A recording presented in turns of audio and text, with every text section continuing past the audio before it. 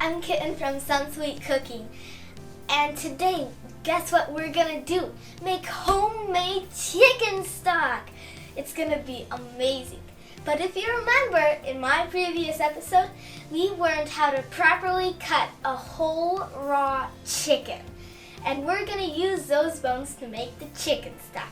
So let's get cooking. That's a lot better. How should we call our supplies today?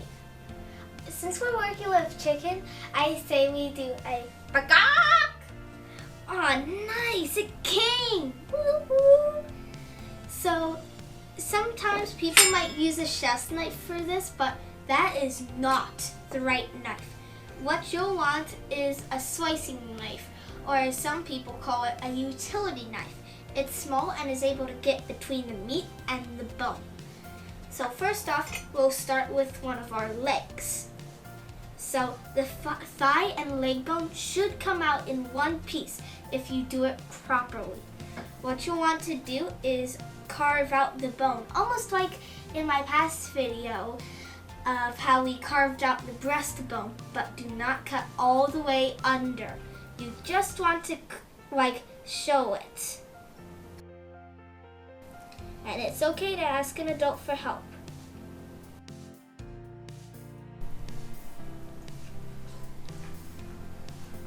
You'll want to cut straight down the bone. And then once the bone is revealed, then you can go on to the sides. Be careful of the joint that's in the middle of the bone.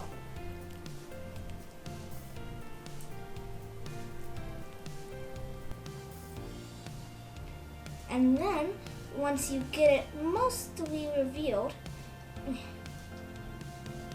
from top to bottom, then what you can do is take the top part of the bone and then slide your knife underneath just to separate the bone from the meat. Just like that.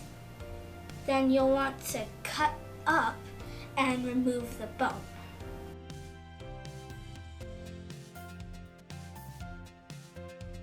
Right now, I'm scraping off the meat so that not a lot of the meat is left on the bone, but some meat is okay. That's more flavor in your roasted bones. And then, once you've whittled your way down to the knuckle part or the joint, you'll want to carefully cut around the knuckle, trying to leave it all in one piece. But first, you'll want to do the same that you did on this side to the other side.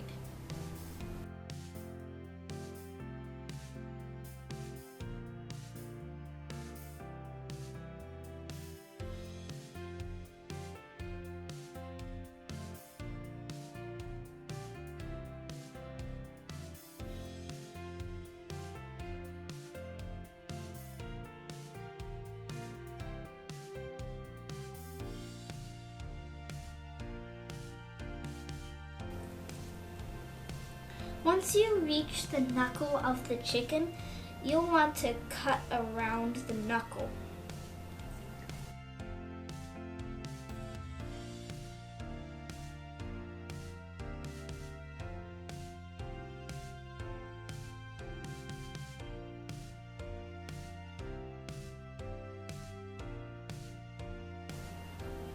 Perfect!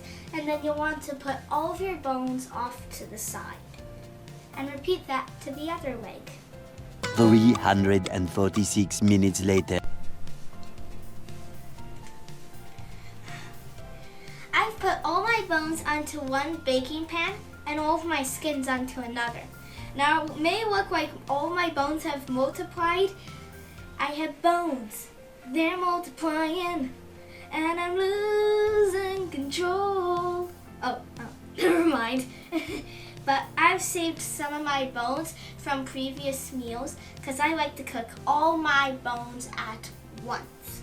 But what you'll want to do first is preheat your oven to 425 degrees Fahrenheit.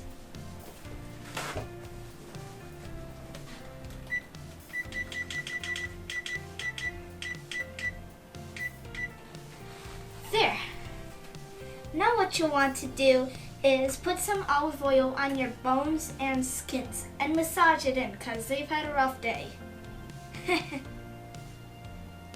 But do not soap them because soap draws out the moisture.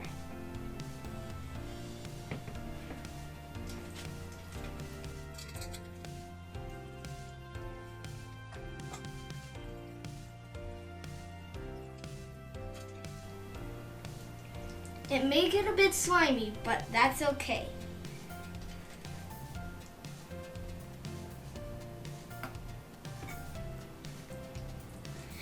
And once you put your bones into the oven and after your oven preheats, you'll want to roast them for about 40 to 45 minutes or until they're nicely browned.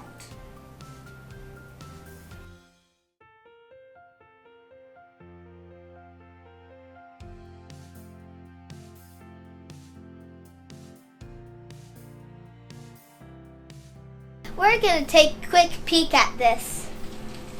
Ooh, our skins are nice and crispy. Let's pull them out.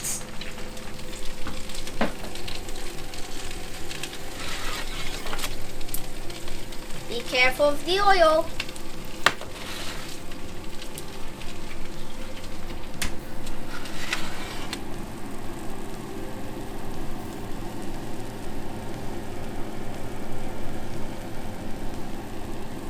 Our chicken bones have finished roasting, and then you'll want to shove a lot of them into the biggest pot you have.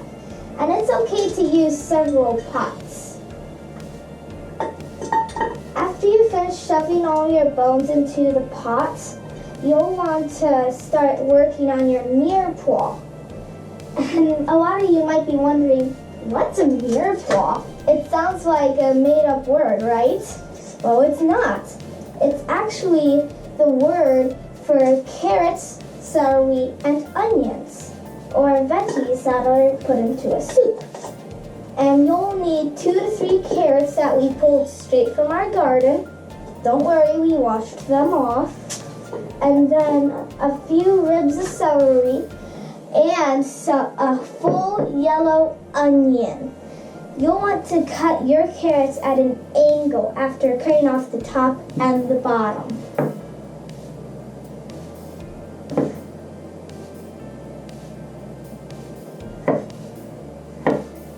Slice them thick, but slice them at a reasonable size. Always use a whole knife when slicing, and let the knife do the work. And keep your fingers protected.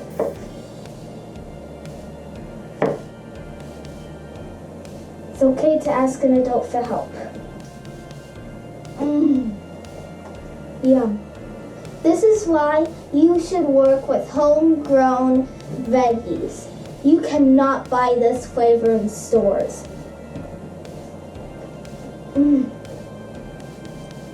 Next, you're gonna cut your celery the same way you cut the carrots, on an angle. First, let's put these carrots into a pot so that we have a full area of workspace.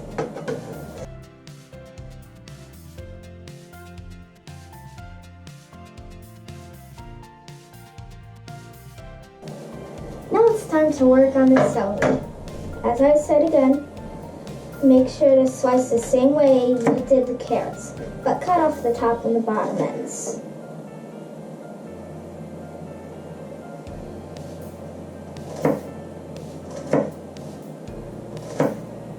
Celery is amazing. Let's put this into the pot and get started on our onion.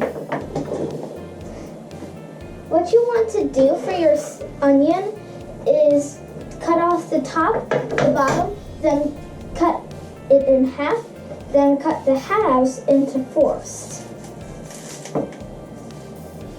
But don't get too emotional about this, and do not touch your eyes. It is not a fun experience, trust me. And do not forget to de-skin it.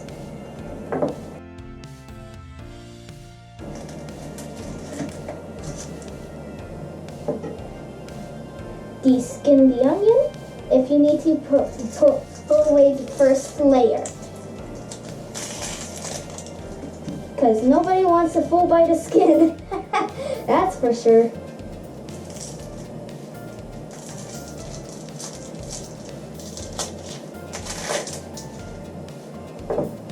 And cut this half into fourths.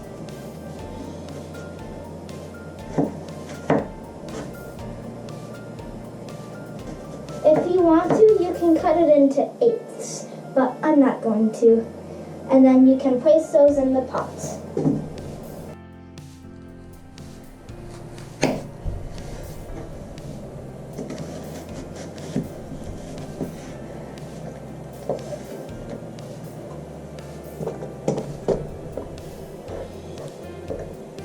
After you've put everything into your pot and put it on the stove, you'll want to fill up an inch above everything.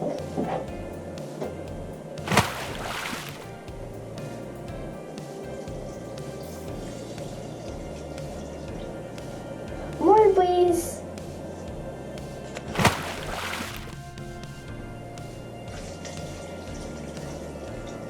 There we go. You'll want to put your heat up to medium-high heat, and you'll want to bring it up to a gentle boil, not a rapid boil. Because if you bring it up to a rapid boil, it will change the taste, and it will not be what you're looking for. But once it gets out to a gentle boil, you'll want to bring it down to a simmer and let it simmer for 3 to 4 hours.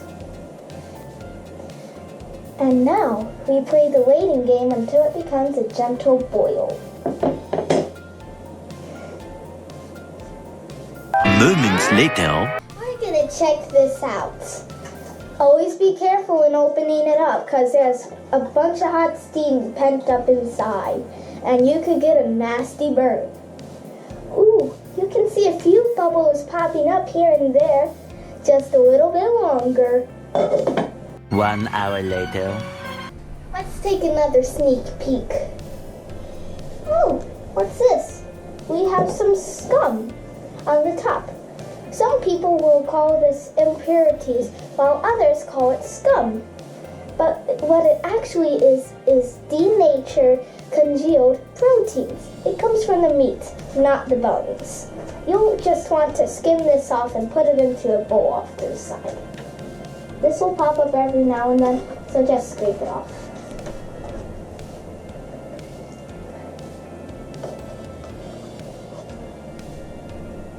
Much later.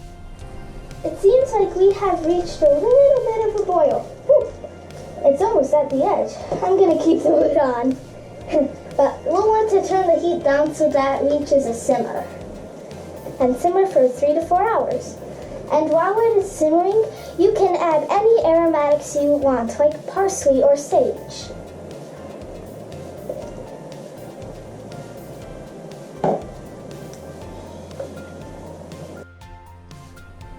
Now we can add in any aromatics we want. Oh look, I have all my aromatics or herbs and spices right here. I'm gonna put everything in, including the full sprig of oregano. And we're also gonna add in a bay leaf because it adds in a little extra touch of depth. Come here.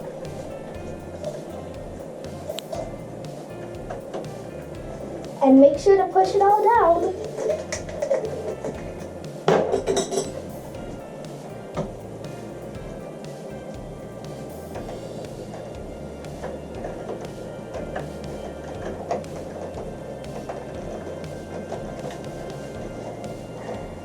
And now we wait 3 to 4 hours. Later that same evening. Hi, what's your name? Gerald. Oh. Our stock has been simmering for quite some time, so let's turn off the heat and straighten it.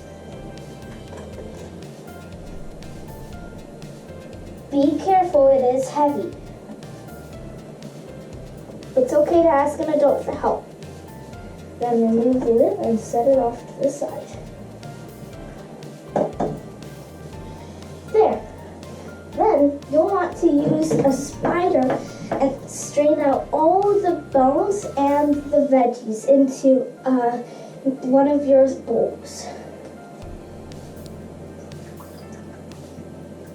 Try and get most of the stock in the try and keep most of the stock in the pot.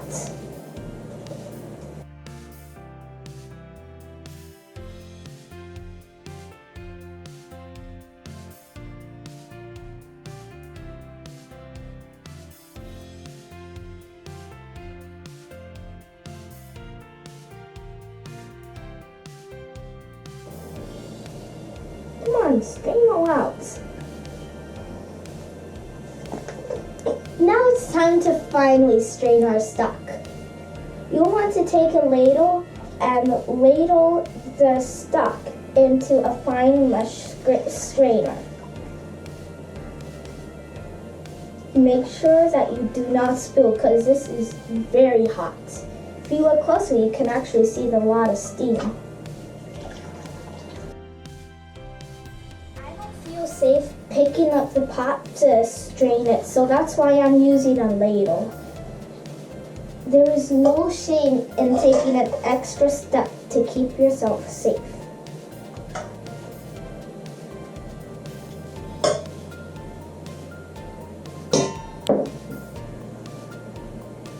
Now, since there's less, I'll pour it in.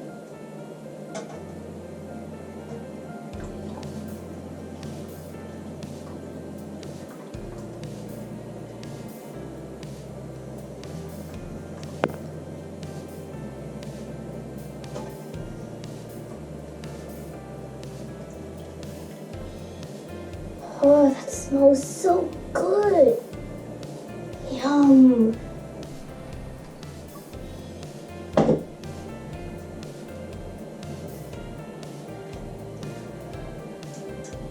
I'm gonna take a jar and then put some of my chicken stock in there.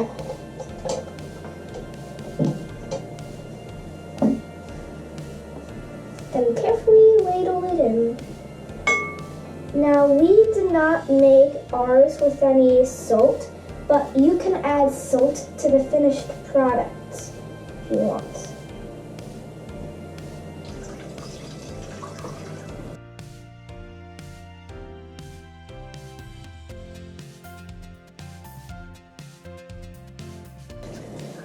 And remember, this is very hot. We want to let it cool a bit before we do the taste test.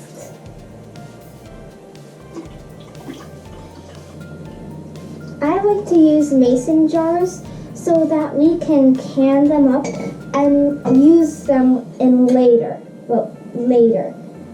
Because in a future video, we might use them for chicken noodle soups, other soups, pot pies, and guess what? We're also gonna make homemade soup. And guess what we're using? The chicken stock we made today. It's gonna be so good. So if you like what you see, like and subscribe. I can't wait to see what's gonna happen. Now it's time for my favorite part, the taste test. Let's see.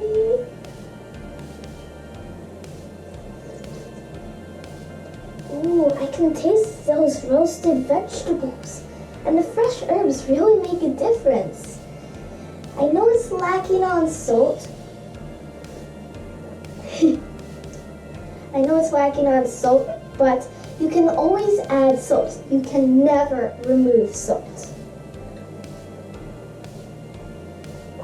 You should definitely try this at home. Kitten signing off.